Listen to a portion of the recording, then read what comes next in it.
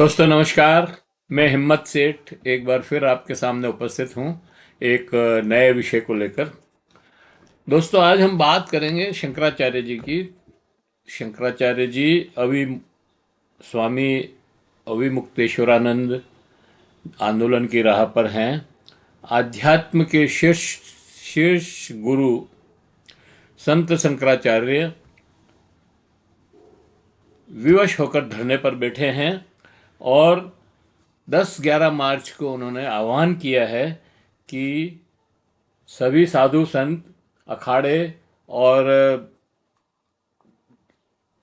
उनके समर्थक जितने भी अ, हैं वो सब जंतर मंतर पर प्रदर्शन करेंगे, धरना देंगे।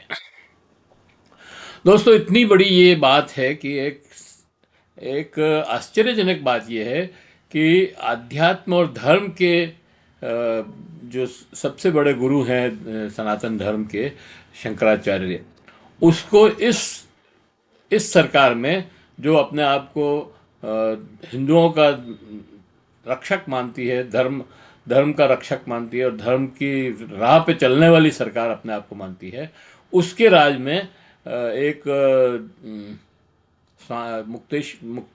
अविमुक्तेश्वरानंद जी जो शंकराचार्य हैं उनको धरना पे बैठना पड़ा और सारे संतों को आह्वान करना पड़ा कि 10-11 मार्च को जंतर मंतर पर धरना लगाएं। तो दोस्तों ये जो बात है इसमें ये बहुत गंभीर बात है और इससे सारी हमारी राजनीति की पोल खुल जाती है और ख़ास तौर से भाजपा की और नरेंद्र मोदी की, जो खुद भगवा कपड़े पहनकर बार बार मुनि का भेष बना करके और जो लोगों के सामने प्रकट होते हैं, कभी गुफा में नज़र आते हैं, कभी गंगा स्नान करने के लिए उसमें नज़र आते हैं, कभी विवेकानंद की उसमें नज़र आते हैं और सब जगह यही भगवा कपड़े पहने होते हैं। तो वो अपने आप को धर्म का बड़ा रक्षक, वो धर्म का बड़ा अवतार मानते हैं। वो तो कह ही चुके हैं कि मैं तो अवतारी पुरुष हूँ। और राम मंदिर में जैसे उन्होंने जो किया, जो संतों के द्वारा करना चाहिए था प्राण प्रतिष्ठा, वो खुद नरेंद्र मोदी ने की। तो इस तरह से जो है उसके ऊपर एक प्रश्न चिन्ह लग गया है। शंकराचार्य ने ये प्रश्न चिन्ह लगा दिया है। तो दोस्तों ये जो ज्योतिष ज्योतिष मठ के शंकराचार्य स्वामी अविमुक्तेश्वरानंद जी महाराज हैं, इनके बारे में थोड़ा सा अपन जान लेते हैं। ये स्वरूपानंद जी सरस्वती जो शंकराचार्य थे उनके शिष्य हैं। ज्योतिर्मय पीठ के शंकराचार्य रहे, शायद वो पुरी के भी शंकराचार्य रहे थे। तो उनके ये शिष्य हैं और वो भी बहुत क्रांतिकारी आदमी थे। उनके बारे में मैंने थोड़ा रिसर्च किया तो पता लगा कि वो 1942 के स्वतंत्रता आंदोलन में जो महात्मा गांधी के द्वारा चलाया हुआ था उसमें उन्होंने भाग लिया था। जब उनकी 18 वर्ष की उम्र थी उसमें भाग लिया और उसमें भूमिगत रह कर के भी कई गतिविधियां की उन्होंने और उनको जो है फिर गिरफ्तार कर लिया गया। वो जेल में भी रहे 9 महीने के तक और उसके बाद वहाँ से निकले। फिर उन्होंने आध्यात्म की तरफ उनका झुकाव हुआ, वो आध्यात्म की तरफ मुड़े और शंकराचार्य तक बने। तो ऐसे स्वतंत्रता सेनानी महाराज के शिष्य हैं अविमुक्तेश्वरानंद। अविमुक्तेश्वरानंद जी महाराज जो है, इनका नाम उमाशंकर जी था। वैसे तो उमाशंकर उपाध्याय, कोई कोई पांडे भी कहते हैं इनको, उससे कोई फर्क नहीं पड़ता। लेकिन तो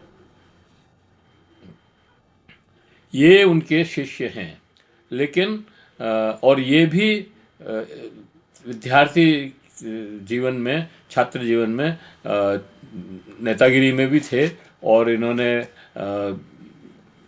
एबीवीपी से चुनाव भी लड़ा था विश्वविद्यालय के अंदर जब पढ़ते थे। खैर ये सब पुरानी बातें हैं। बात नई ये है कि अभी माघ महीने की अमावस्या को जो प्रयागराज में मेला लगता है, बहुत बड़ा मेला होता है, वो भी एक दिन का ही होता है हालांकि, उसमें ये अपने पालकी के साथ वहाँ घाट पे जा रहे थे स्नान करने के लिए, और इनको पुलिस वालों ने रोक दिया। जब पुलिस वालों ने उनको रोक दिया और कहा कि आप यहाँ से पैदल जाइए, वहाँ तक आपकी गाड़ी, ये पालकी नहीं जा सकती है क्योंकि भीड़ बहुत है। लेकिन ये कोई औचित्य बात नहीं थी। बात ये थी कि शंकराचार्य जी, अभिमुक्तेश्वरानंद जी इस सरकार के कटु आलोचक रहे हैं। चाहे ये सरकार हिंदुत्व की बात करती हो, मतलब भाजपा का हिंदुत्व से इनके शंकराचार्य के हिंदुत्व का मेल नहीं होता है।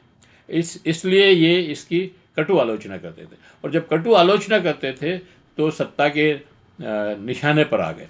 और सत्ता के निशाने पर आने से हुआ ये था, आपको मालूम ही है कि कुंभ मेले में जब कई वहाँ घटनाएं हुई और उसमें कई लोगों की मृत्यु हो गई, मौत हो गई, तो शंकराचार्य जी ने कहा कि पूछा कि कितनी मृत्युएं हुई है, तो वहाँ पर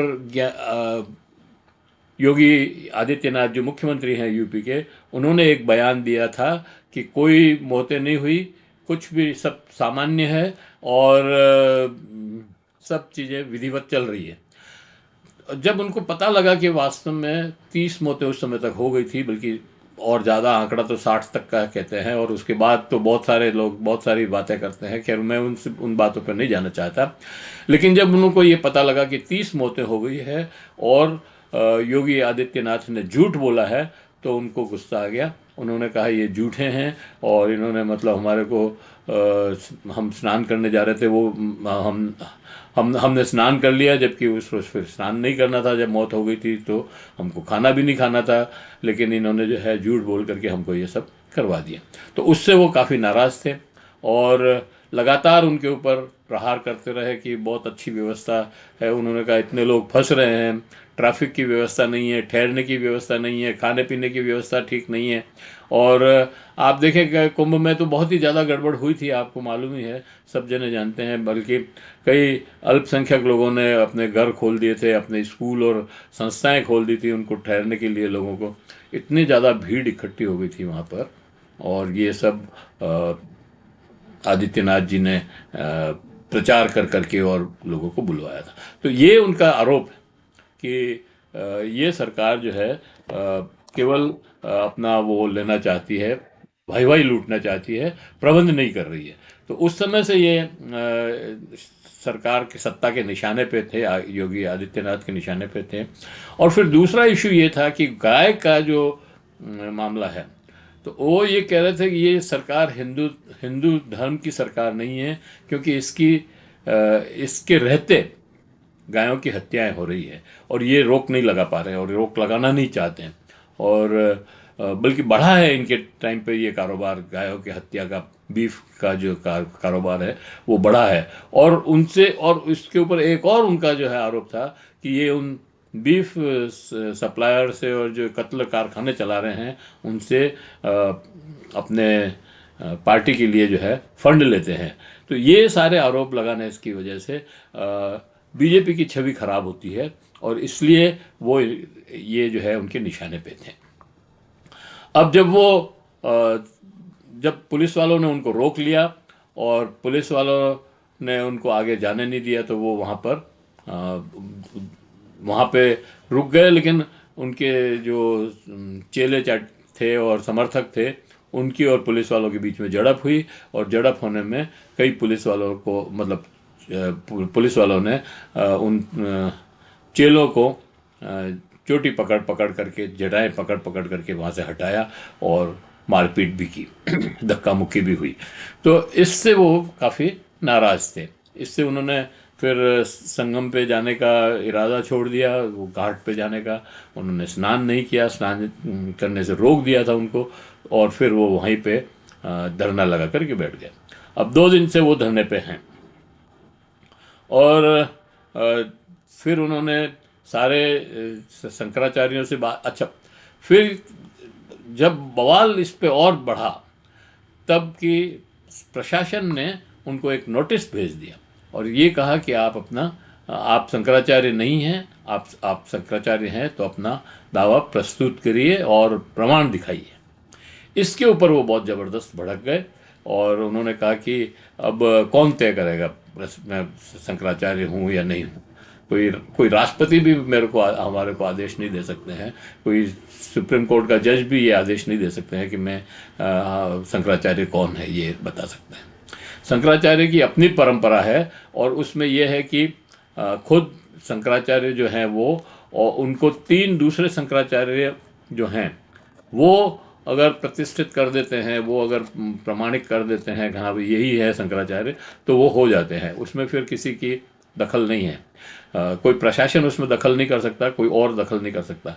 तो उन्होंने कहा कि मुझे जो है 2 शंकराचार्यों का सीधा समर्थन प्राप्त है और एक ने लिखित में दिया था कि भाई ये शंकराचार्य हैं।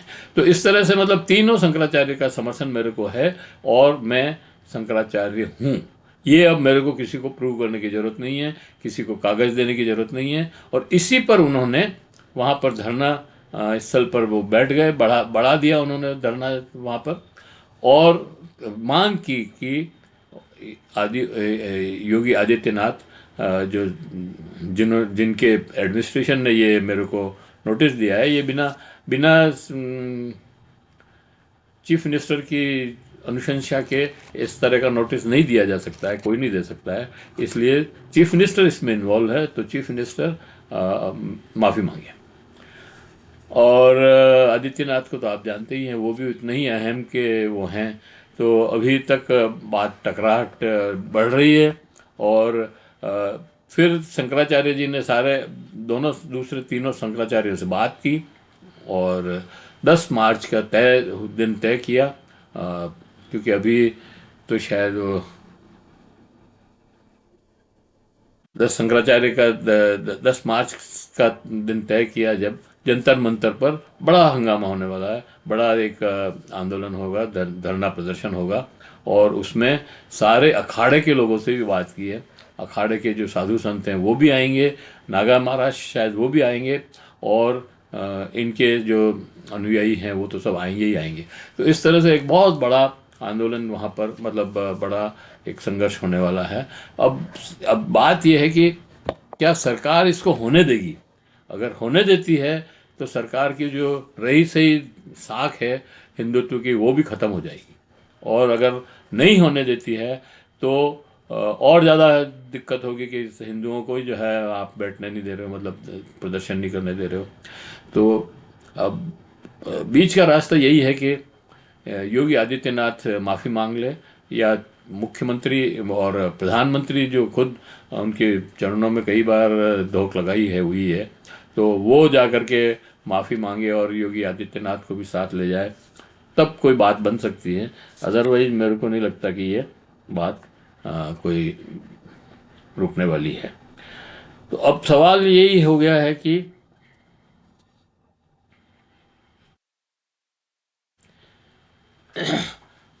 हाँ, वो तो अनशन पे ही बैठे हुए हैं, अभी धरना नहीं है, अनशन पे ही बैठे हुए हैं। और विवाद बहुत बढ़ गया है दोस्तों इससे। और अब आध्यात्म के लोग भी संघर्ष कर रहे हैं, आंदोलन कर रहे हैं, धरना प्रदर्शन कर रहे हैं, तो फिर मजदूरों और किसानों को आप कैसे उनके ऊपर तो आप गोली चला करके रोक सकते हैं, लेकिन इनको कैसे रोकेंगे? ये बड़ा सवाल यही है। और सवाल ये है कि अब क्या शंकराचार्य भी मतलब आंदोलनजीवी हो जाएंगे नरेंद्र मोदी की निगाह में, या उनकी भाषा में कहें तो यही बड़ा सवाल है कि आध्यात्म के गुरु शंकराचार्य को धरना प्रदर्शन के को बाध्य क्यों होना पड़ा। इस वीडियो को यहीं समाप्त करते हैं। आशा करते हैं आपको ये वीडियो पसंद आया होगा। पसंद आया हो तो आप लाइक करें, फॉरवर्ड करें, और लोगों को भी भेजें। और अगर अभी तक भी आपने हमारे वीडियो को सब्सक्राइब न किया तो सब्सक्राइब कर लें, बेल आइकन दबाना न भूलें। जय हिंद, जय भारत। मिलते हैं फिर किसी और वीडियो के साथ।